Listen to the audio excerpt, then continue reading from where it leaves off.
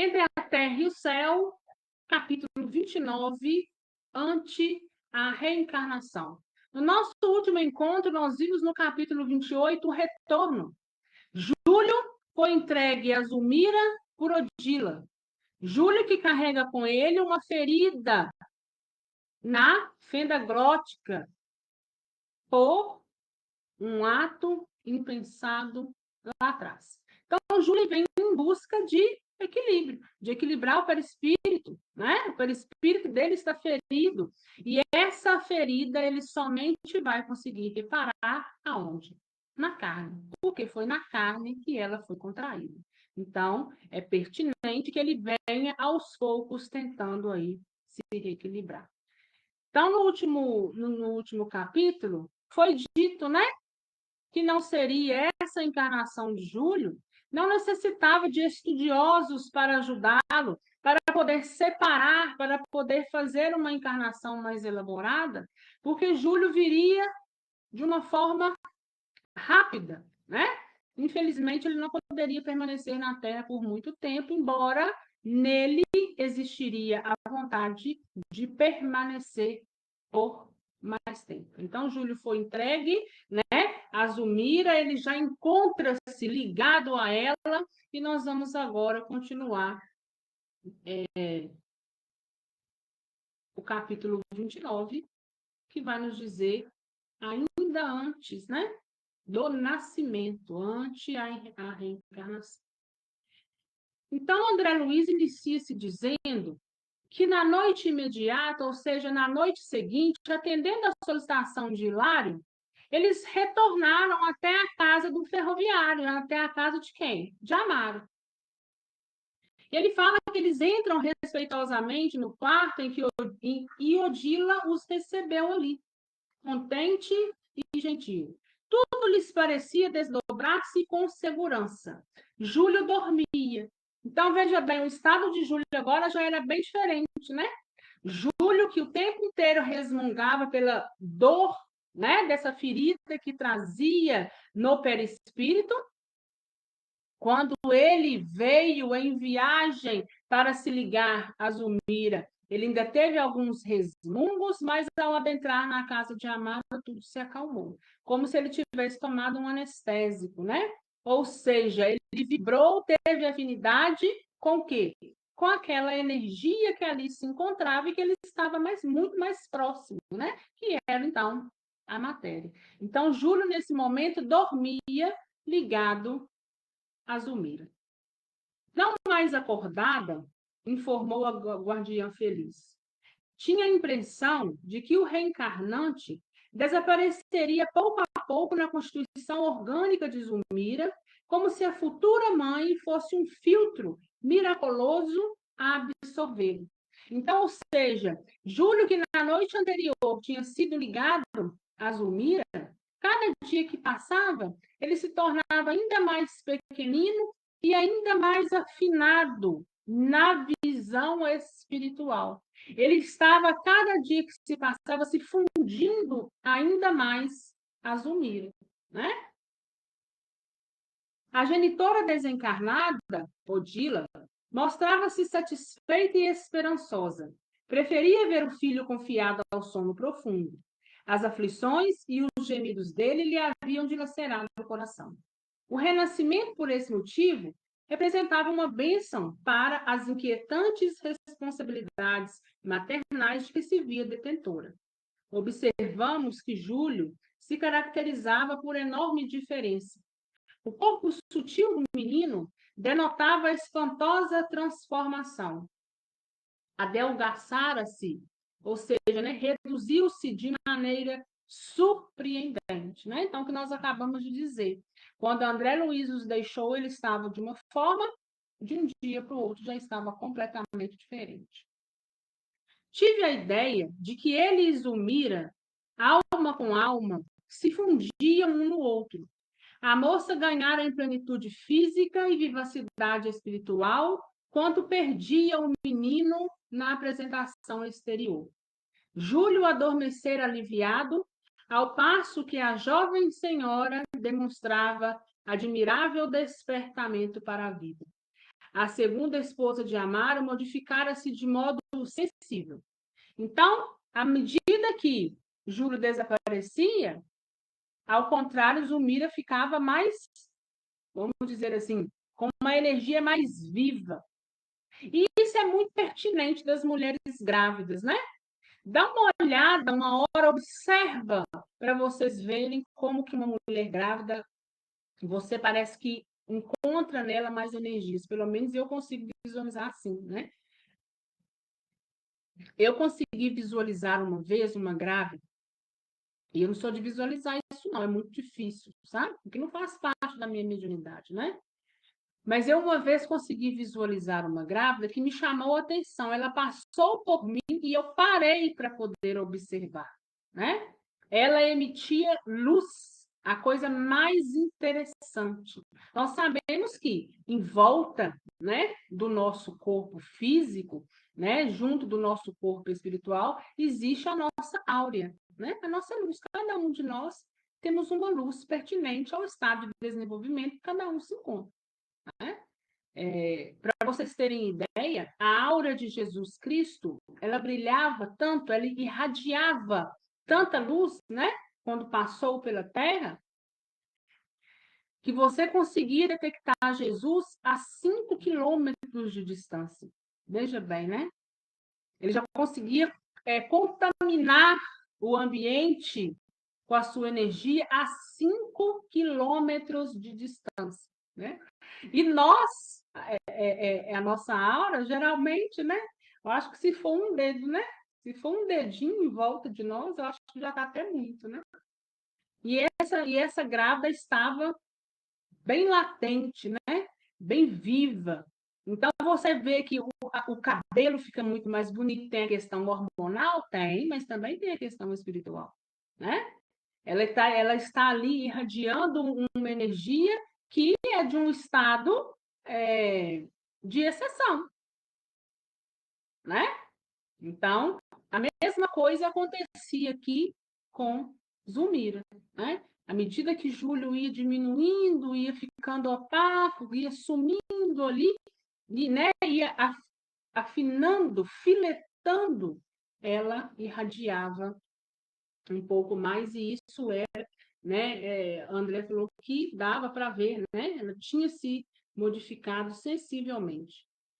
Como as pessoas felicitadas por novos títulos de confiança no trabalho, revelava-se mais alegre e mais conscia das obrigações que lhe competiam, mais consciente, né? A transfusão fluídica era ali evidente. O organismo materno assemelhava-se a um alambique destinado a sutilizar as energias do reencarnante para restituí-las de certo a ele mesmo na formação do novo envoltório. Então, veja bem, ela estava muito mais radiante. Consequentemente, quando ele já tivesse formado, pronto para o nascimento, ela precisava transferir para ele também dessa energia, né? E aí o contrário também é verdadeiro. Depois que a gente dá a luz, a gente parece estar acabada, né? Aí vem a questão dos hormônios também, às vezes desregula um pouco, muitos dos cabelos caem, os cabelos já não estão tão bonitos mais, né? Muitos vão lá e até cortam para ver se dá um pouco de força para o cabelo, a pele já não é mais a mesma, né? Até que tudo se ajeita e entra nos trilhos novamente. Registrando-nos o assombro, o instrutor explicou com sua habitual gentileza. A reencarnação, tanto quanto a desencarnação, é um choque biológico dos mais apreciáveis, unido à matriz geradora do santuário materno em busca de nova forma. O perispírito sofre a influência de fortes correntes eletromagnéticas que lhe impõem a redução automática.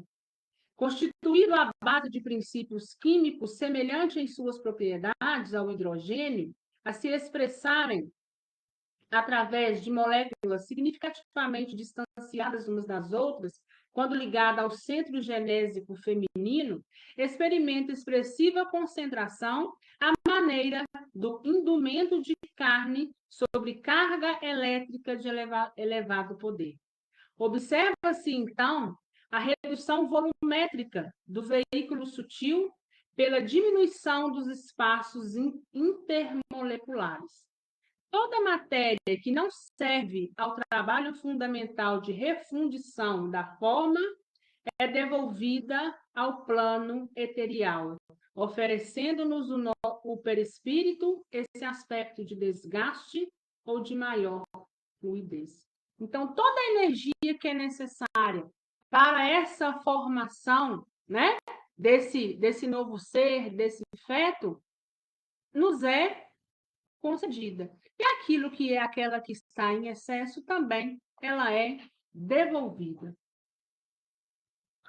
Quer dizer, então, aventurou Hilaro em sua curiosidade construtiva. Quero dizer que os princípios organogênicos essenciais do perispírito de Júlio já se encontram reduzidos na intimidade do altar materno, e à maneira de um ímã vão aglutinando sobre si os recursos de formação do novo vestuário de carne que lhe será o vaso próximo de manifestação.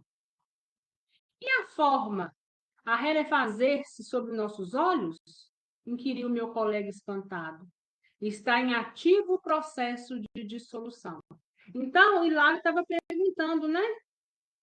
E essa forma dele ir diminuindo aos nossos olhos, cada vez mais ficando pequenino ali unido a Zulmira. E aí Clarencio responde a eles, né? É a forma, está em processo de dissolução.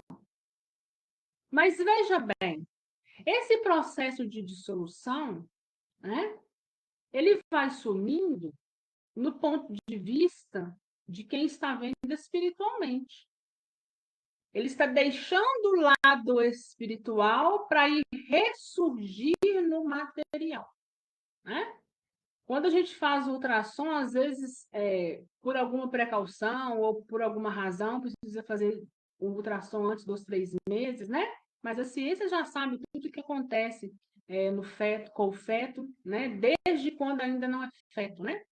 Então, a gente consegue, né? Em um determinado momento, ver, né? Bem pequenininho, tamanhozinho de um grão de feijão, e ali vai crescendo, crescendo.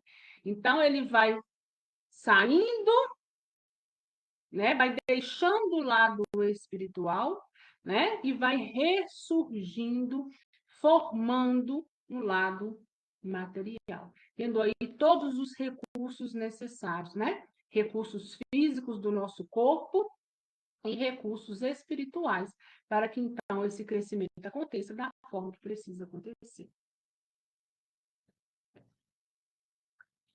E com a bela serenidade que nos assinala, o espírito continuou elucidando, né? Clarencio. Também o corpo físico parece dormir na desencarnação, quando na realidade começa a restituir as unidades químicas que o compõem a natureza, que lhes emprestou a título precário, apenas com a diferença de que a alma desencarnada, ainda mesmo quando em deploráveis condições de sofrimento e inferioridade, avança para a libertação relativa, ao passo que, em nos reencarnando, sofremos o processo de volta às telas da matéria densa, não obstante orientados por nobres objetivos de evolução. É por isso que, conduzidos à reconstituição orgânica, revivemos nos primeiros tempos da organização fetal, embora apressadamente, todo o nosso pretérito biológico, né? Então, olha lá o que ele está dizendo, né? Quando a gente inicia, quando a gente reencarna, quando a gente deixa, né, o mundo espiritual para tomar nova forma no corpo físico, nós passamos por todos os estados do pretérito, todo o estado do passado. Tanto que, logo nos primeiros dias, primeiras semanas ali que é detectado, a gente é muito confundido. o embrião, não sei se eu estou dizendo certo, né? Flávia está aí, pode me corrigir. O embrião, no caso, ele, em um determinado ponto, se você olhar, é bem parecido com um animal, né? Passa lá por toda a questão das células, assim como nós fomos criados um dia, e passamos por todos os estágios, até nós chegarmos ao ponto de corpo humano. Ainda que rapidamente nós passamos por todos eles quando estamos aí no útero, né? Em formação. Cada ser que retoma o envoltório físico revive automaticamente na reconstrução da forma em que se exprimirá na Terra. Todo o passado que lhe diz respeito, estacionando na mais alta configuração típica que já conquistou para o trabalho que lhe compete, de acordo com o degrau evolutivo em que se encontra. Então, se é um feto, né, de um animal, quando ele chegar ali naquele ponto evolutivo em que ele precisa, né, estar, ele não vai alcançar o estado humano, ele vai alcançar o estado animal, que é o último estado que aquela criatura desenvolveu. Então, ele para por aí. Né? Então, da mesma forma, uma planta. Quando há o cruzamento de uma planta, ela para ali na planta, porque o estado evolutivo dela é aquele, né? Então, ela vai passar por todos os estágios até chegar à planta. Outros vão passar por todos os estágios até chegar ao corpo humano.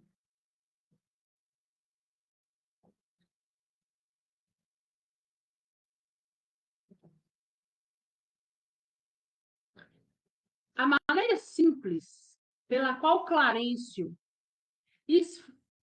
explorava problemas tão complexos induzia-nos a sublimados pensamentos quanto à magnitude das leis universais. E, de fato, quando a gente está dizendo, quando nós estamos falando dessa questão nascimento, nós não podemos deixar jamais de pensar na magnitude e na grandeza de Deus. Embora a ciência tenha algumas respostas, né, de como se dá a formação, de como é o crescimento, do que acontece, tem todos os recursos materiais, nós precisamos entender que ainda assim, ali há uma centelha de Deus, ali há um dedo de Deus, né, para que tudo possa, então, aflorar da maneira que precisa. Né? Não tem como a gente olhar pela formação de um feto e dar mérito somente à ciência. Porque, se fosse assim, se o mérito fosse apenas científico, ninguém iria desencarnar. Né? O desencarne nos mostra que nós não temos o controle de tudo. Nós precisamos ser humildes para entender isso. Embora a ciência avance muito, embora tenha muito aprendizado, embora cada dia que passa a evolução científica é magnífica e necessária a todos nós, para o nosso desenvolvimento, para o nosso avanço, com certeza, mas ainda assim nós precisamos entender que nós não somos autossuficientes. Há muitos ainda duvidam, mas chegará um dia que isso será a parte incontestável, né? Porque ali existe energia, ali existe algo que está regendo tudo. Tudo está acontecendo? Está, mas tem algo muito maior que rege, que faz acontecer. E quando tem-se, então, o nascimento, quando uma criança chora, a gente vê ali o milagre da vida acontecer. Ali, diante de um caso comum de reencarnação, auxiliando apenas pelas nossas preces no culto à fraternidade, obtínhamos vastas elucidações sobre o plano geral da existência. Inspirado talvez na mesma fase de reflexão que me preocupava no espírito, Hilário inquiriu: os princípios que analisamos funcionam em igualdade de conhecimento para os animais? E Clarencio responde: como não? Todos nos achamos na grande marcha de crescimento para a imortalidade, nas linhas infinitas do instinto, da inteligência, da razão e da sublimação, permanecemos todos vinculados à lei do renascimento como inalienável condição de progresso. Atacamos experiências múltiplas e recapitulamos-las tantas vezes quanto se fizerem necessárias na grande jornada para Deus. Crisálidas de inteligência nos setores mais obscuros da natureza envolvem para o plano das inteligências fragmentárias, onde se localizam os animais de ordem superior, que, por sua vez, se dirigem para o reino da consciência humana, tanto quanto os homens, pouco a pouco, se encaminham para as gloriosas esferas dos anjos. Então, a reencarnação, ela acontece da mesma forma para os animais? E ele fala, como não? Eles também estão na marcha de desenvolvimento. Uma crisálida que se inicia, lembram? Quando estudamos a evolução em dois mundos, quando todo o material ainda está ali fechadinho dentro daquela crisálida, pronto para poder eclodir, eles também estão em desenvolvimento. Todos nós estamos em desenvolvimento e sendo assistidos por alguma razão por espíritos competentes que têm aquela missão de ajudar naquele desenvolvimento. E ele dá um exemplo, os animais também estão progredindo, assim como nós, né? Assim como os seres humanos estão tentando, pouco a pouco, né? Passo a passo, a chegar também às esferas dos anjos. E nós vamos reencarnar na Terra em busca de desenvolvimento ou em qualquer outro planeta pertinente à nossa afinidade e o nosso desenvolvimento, nós vamos reencarnar quantas vezes forem necessárias, né? Sabe-se lá quantas? Será milhões? Centenas? Não sabemos. Isso, a quantidade será majorada ou minorada, né? Aumentada ou diminuída, conforme a caminhada de cada um. Por isso, nós precisamos buscar desenvolvimento e conhecimento hoje, porque o desenvolvimento, o conhecimento, trazer para a nossa conduta aquilo que Jesus nos ensinou, só vai fazer com que nós possamos avançar. Isso fará bem a nós mesmos. O que eu posso resolver hoje, eu resolvo agora, eu resolvo já, porque o que eu resolvo já não será lá na frente empecilho para o meu próprio desenvolvimento, né? Emmanuel sempre fala, e eu sempre venho com essa frase aqui para vocês. Quanto tempo para reparar um ato? Quanto tempo para você poder equilibrar um ponto que estava em desequilíbrio? E às vezes é uma coisa boba que você poderia ter feito e deixou passar em branco. E às vezes você lá na frente vai estar atrasado porque você precisa reparar um ponto que poderia ter feito há muito tempo lá atrás. Né? Então, nós precisamos pensar sempre nisso. Nós precisamos querer trilhar o nosso caminho com o nosso coração limpo, em equilíbrio, fazendo o melhor que a gente pode naquele momento, mas buscando conhecimento para nos melhorar um pouco a cada dia, para que a cada passo nessa encarnação, nessa evolução, nós possamos ter um pouco mais de êxito. O instrutor, entretanto, voltou-nos para o leito em que a mãe e o filho jaziam, descansavam, intimamente associados, e sentenciou: preocupemo-nos, porém, com o serviço da hora presente. Estudemos o caso sob nossa observação, para que o nosso dever de solidariedade seja bem cumprido. O apontamento reajustou-nos. Hilário, que tanto quanto eu, os bichos começaram, né? Que tanto quanto eu, cadê? Se mostrava interessado em aproveitar a lição, fixando o quadro sobre nossos olhos, pediu uma explicação tão simples quanto possível acerca da comunhão fisiopsíquica de Zulmira e Júlio naquele instante. ao que Clarencio respondeu após refletir alguns momentos. Imaginemos um pêssego amadurecido, lançado à cova escura, a fim de renascer. Decomposto em sua estrutura, restituirá aos reservatórios da natureza todos os elementos da polpa e dos demais envoltórios que lhe revestem os princípios vital, reduzindo-se no íntimo do solo ao embrião minúsculo que se transformará no espaço e no tempo em novo pessegueiro. Então, ele está explicando essa questão de Júlio, né? Ir desaparecendo, ir afinando, ir ali nesse fundindo com os milho. Então, ele fala, olha, vamos atentar agora, não vamos abranger muitas perguntas, vamos atentar agora para o momento.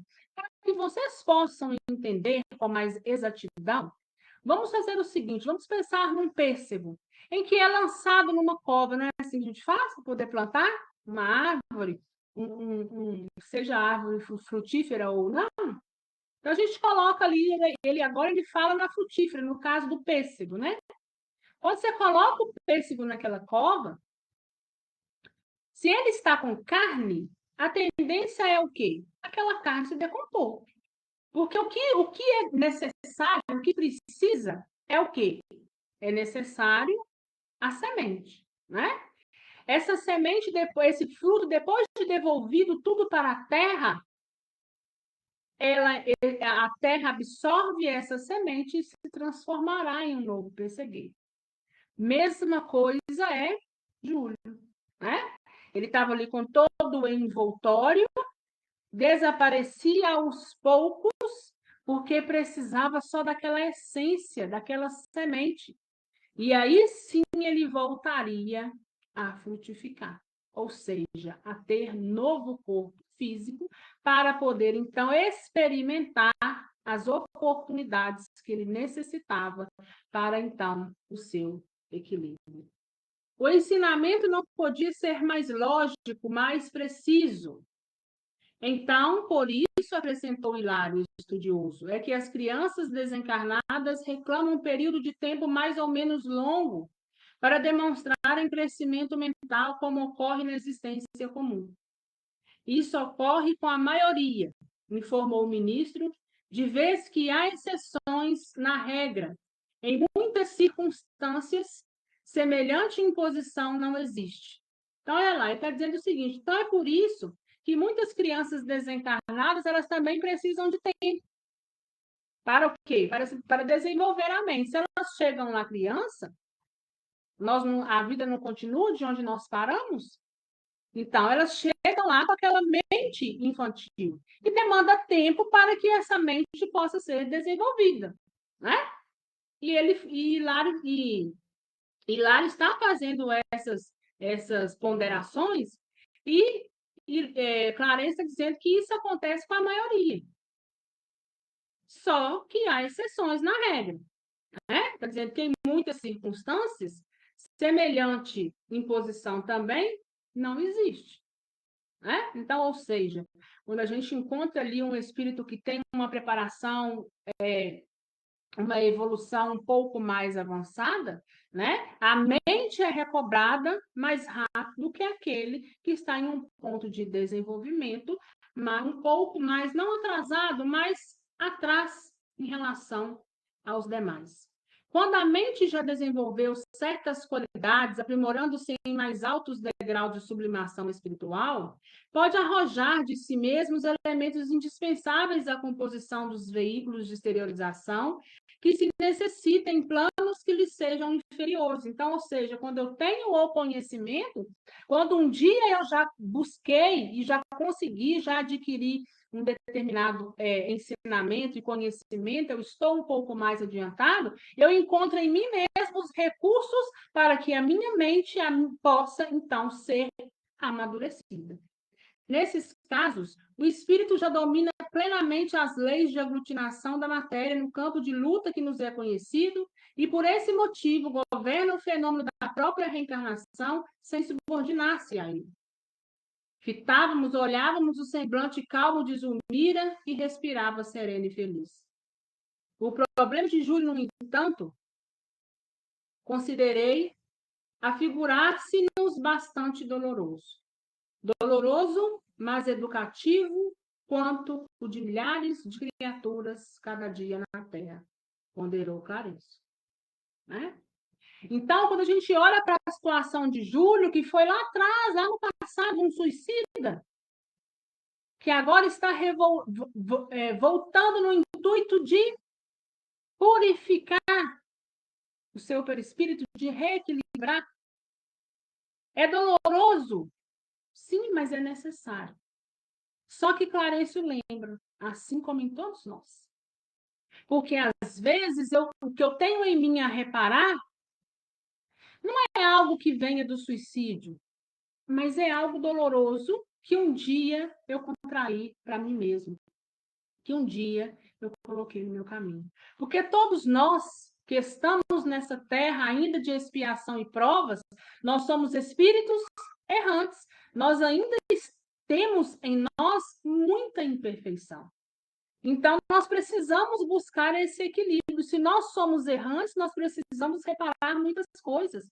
Nós precisamos passar por muitas vicissitudes para que nós, então, possamos trilhar o bom caminho e alcançar, de fato, né, um ponto de desenvolvimento mais alto do que o que a gente se encontra, ou se encontrar.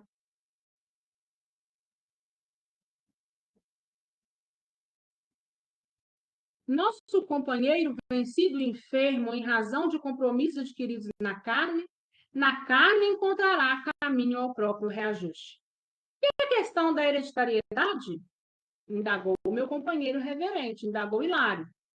Júlio, perdendo o corpo sutil em que chorava atormentado, ressurgirá na existência física sem a moléstia que o apoquentava por herdar fatalmente os característicos biológicos dos pais? Então, olha lá, se Júlio estava reencarnando, ele estava perdendo de uma certa forma o corpo sutil, pelo menos aos nossos olhos, ou seja, o perispírito ia se fundir ali com o corpo físico. Então, ele está perguntando o seguinte: ele iria herdar as características biológicas dos pais?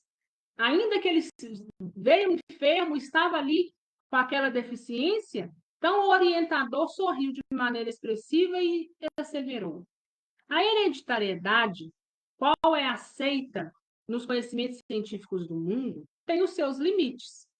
Filhos e pais, indubitavelmente, ainda mesmo quando se cataloguem distantes uns dos outros sob o ponto de vista moral, guardam sempre a afinidade magnética entre si. Desse modo, os progenitores fornecem determinados recursos aos espíritos reencarnantes, mas esses recursos estão condicionados às necessidades da alma que lhes aproveita a cooperação. Porque, no fundo, somos herdeiros de nós mesmos. Né? Então, Clarencio está dizendo para eles: olha, ainda que distante uns dos outros, aqueles que estão ali no intuito de ser os nossos pais, que nós necessitamos deles, ainda que distantes, eles têm os mecanismos para nos transferir as características que nós necessitamos.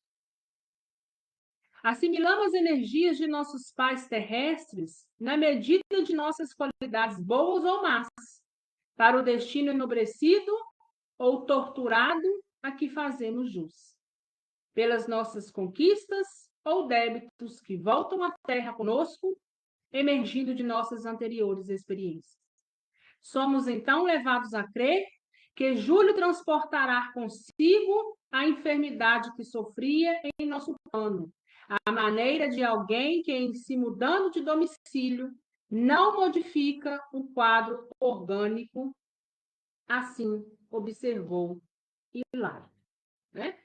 Então, ainda que os seus pais tenham as características para o corpo físico que você necessita, você também está levando consigo o ponto, assim como Júlio, Ele está levando a enfermidade que ele necessita, né? Por isso que todos os nossos erros e acertos estão carimbados em nós. Então, em um momento, nós vamos precisar reparar, vamos precisar de reparação. E nós vamos atrair para nós mesmos, através da energia desse carimbo que um dia nós carimbamos do nosso perispírito.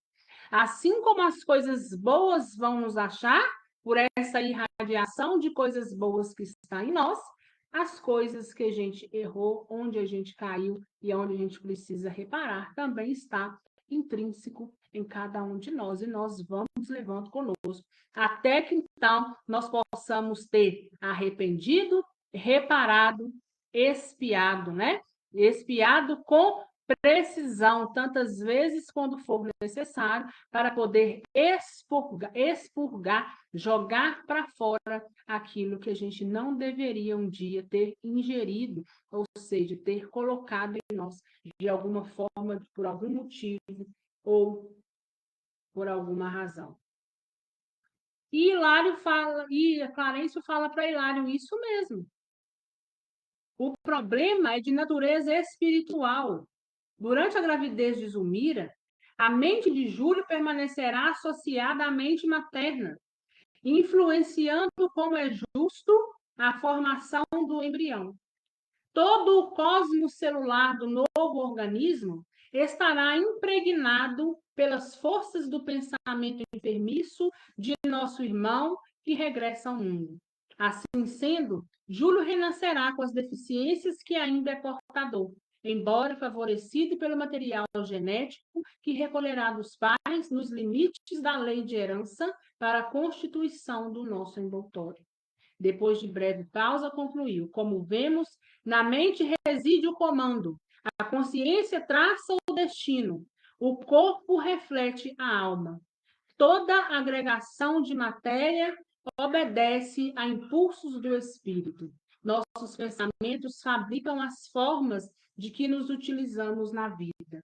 Então, ou seja, os pais de Júlio iriam fornecer o material genético que ele necessitava para o corpo que ele precisava? Com certeza. Mas a missão principal que Júlio veio buscar, ele trouxe com ele. Porque o problema dele era espiritual, né? Ele um dia contraiu, ele escorregou, vamos dizer assim, né? Errou, levou com ele, precisa ser retirado. Então, permanece com ele enquanto não for purificado, enquanto não for aí, então, filtrado. Então, cada encarnação funciona como um filtro. Né? Então, ele vai receber, sim, dos pais, dentro dos limites, porque ele veio trazendo com ele também. Né? O local que ele precisa da enfermidade, ele veio trazendo com ele toda o amparato necessário para a formação, né? Daquela doença ou moléstia. A gente não sabe ainda, né? O que vai acontecer com ele, apesar dele já ter dado um spoiler lá atrás, dizendo sobre a questão da intoxicação, mas nós vamos ver mais à frente, né? Como que Júlio vai renascer aí, como vai vir essa fenda glótica, né? Então, o instrutor, diante de todos os ensinamentos, ele se calou. Odila tomou a palavra, comentando as suas esperanças para o futuro. Conversamos de novo, animadamente. E logo após uma prece do ministro, encerrava para nós a deliciosa reunião, ou seja, eles retornariam ali, né, para o mundo espiritual.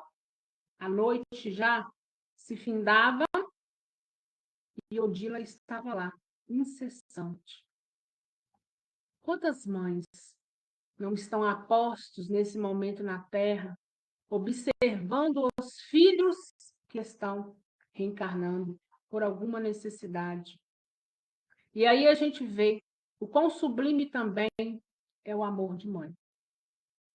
Embora Júlio terá uma nova mãe, Zulmira, mas o amor de mãe ele é tão grande que Odila preferiu 1000 vezes entregá-lo a Zulmira para que ele pudesse se purificar, para que ele pudesse curar, do que ficar no estado em que ele se encontrava no mundo espiritual.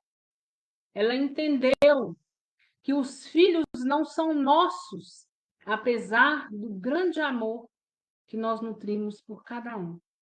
Quantos filhos, talvez, nós já não tenhamos por aí?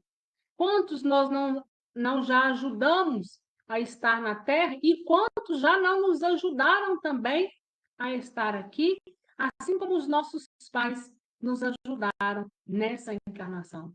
Então, lá no fundo, nós somos todos irmãos em busca de ajuda, em busca de alguém que nos receba.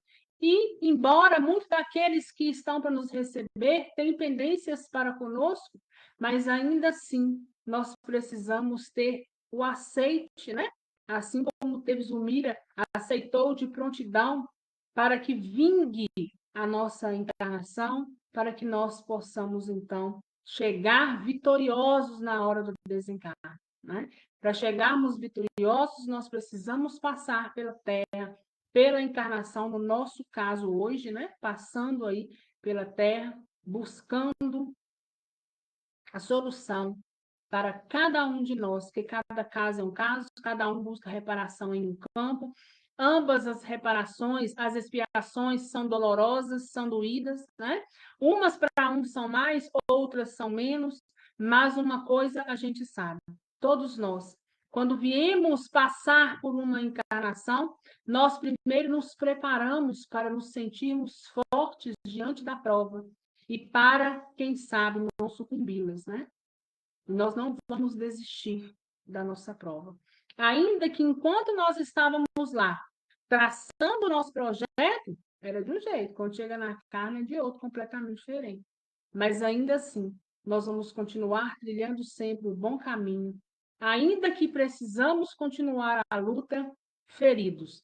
Mas nós, quando seguramos nas mãos de Deus e de Jesus, nós, ainda que feridos, nós vamos estar de pé, lutando e caminhando até que o final possa chegar. Porque tudo debaixo desses céus existe fim, inclusive a nossa vida terrena. Alguma dúvida, gente?